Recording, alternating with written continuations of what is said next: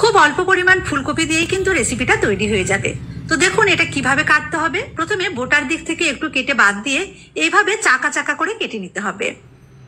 তো বন্ধুরা, ফুলকপি দিয়ে তো অনেক রকম রেসিপি আপনারা রান্না করেছেন। আশা করি এই রেসিপিটা একেবারেই নতুন, হয়তো এর আগে কেউ কখনো ট্রাই করেননি। একবার কিন্তু অবশ্যই বাড়িতে এভাবে বানিয়ে খাবেন, দারুণ লাগে, অসম্ভব সুন্দর একটি রেসিপি। তো সবগুলো আমি কেটে রেডি করে নিয়েছি। এবারে কড়াইয়ে জল দিয়ে সামান্য একটু লবণ দিয়ে দিয়েছি, তারপর ফুলকপিগুলো দিয়ে দিলাম। এগুলো কিন্তু পুরোপুরি সেদ্ধ করব না, জাস্ট 3-4 মিনিট গরম জলে ভাপিয়ে নেব।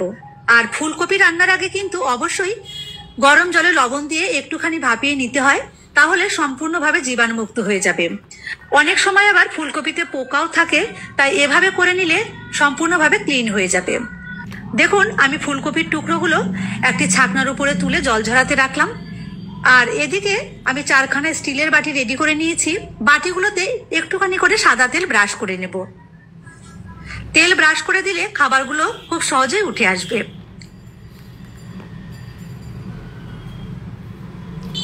এবারে এই বাটির মধ্যে একটা একটা করে ফুলকপির টুকরো দিতে হবে।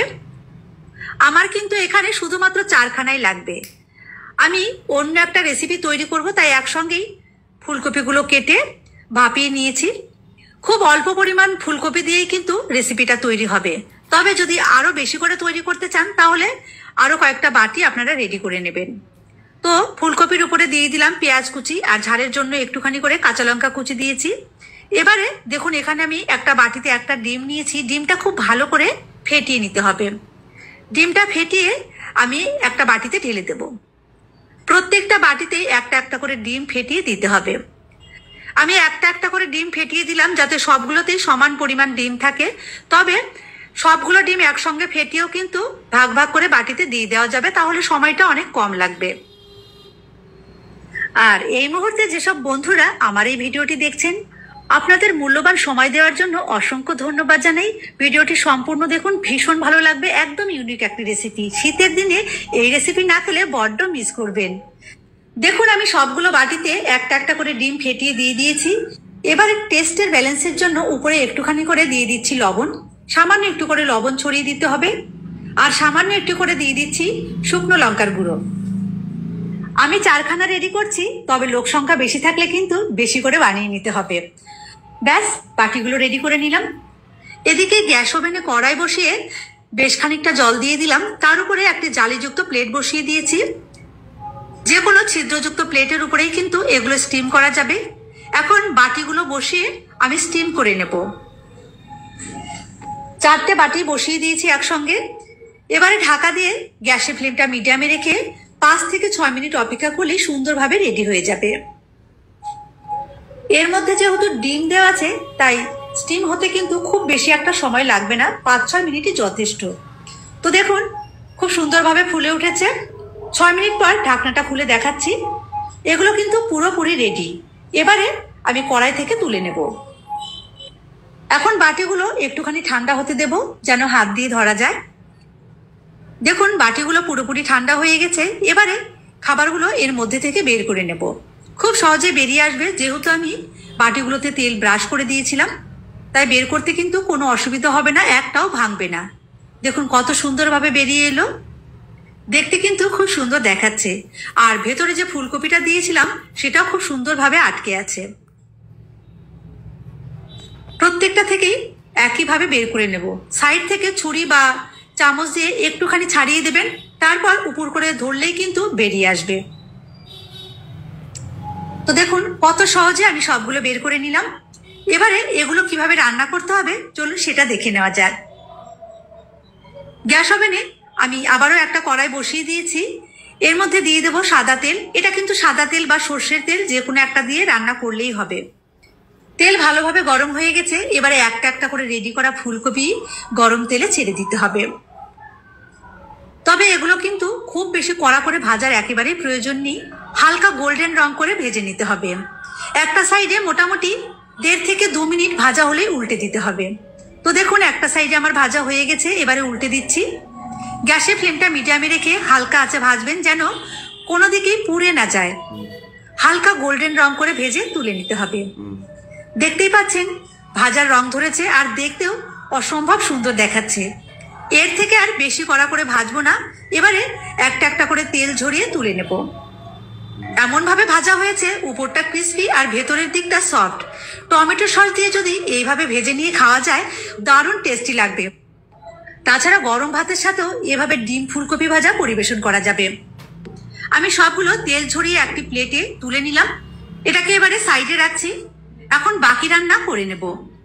গরম তেলে ফোড়নে দিচ্ছি গোটা গরম মশলা মানে এলাচ, লবঙ্গ, দারচিনি। হাফ চামচ মতো গোটা জিরে দিয়ে দিলাম।